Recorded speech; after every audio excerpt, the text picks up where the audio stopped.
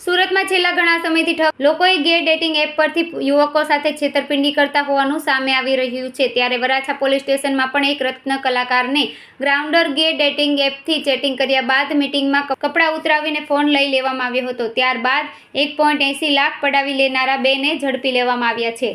વરાછા વિસ્તારમાં જગદીશનગરમાં એક રત્ન કલાકારને ગ્રાઇન્ડર ગે ડેટિંગ એપ ચેટિંગ બાદ મુલાકાત કરવી ભારે પડી હતી. ચેટિંગ દરમિયાન રત્ન કલાકારને વરાછાના જગદીશનગરમાં મળવા માટે બોલાવ્યો હતો, જ્યાં રત્ન કલાકારને નગ્ન કરીને તેની પાસેથી 1.80 લાખ પડાવી લીધા હતા. રત્ન કલાકારનો મોબાઈલ ઝૂંટવી 1.80 લાખ ગૂગલ પે મારફતે અલગ અલગ બેંક એકાઉન્ટમાં જમા કર્યા હતા. રત્ન કલાકારે વરાછા પોલીસ મથકમાં ફરિયાદ નોંધાવી હતી. ફરિયાદના આધારે પોલીસે મયુર પરમાર અને રોહિત વંશને ઝડપી પાડ્યા હતા.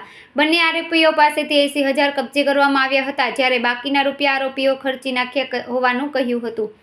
આ આરોપીઓએ અગાઉ એટલા લોકોને શિકાર બનાવ્યા તે અંગેની તપાસ હાથ ધરવામાં આવી છે.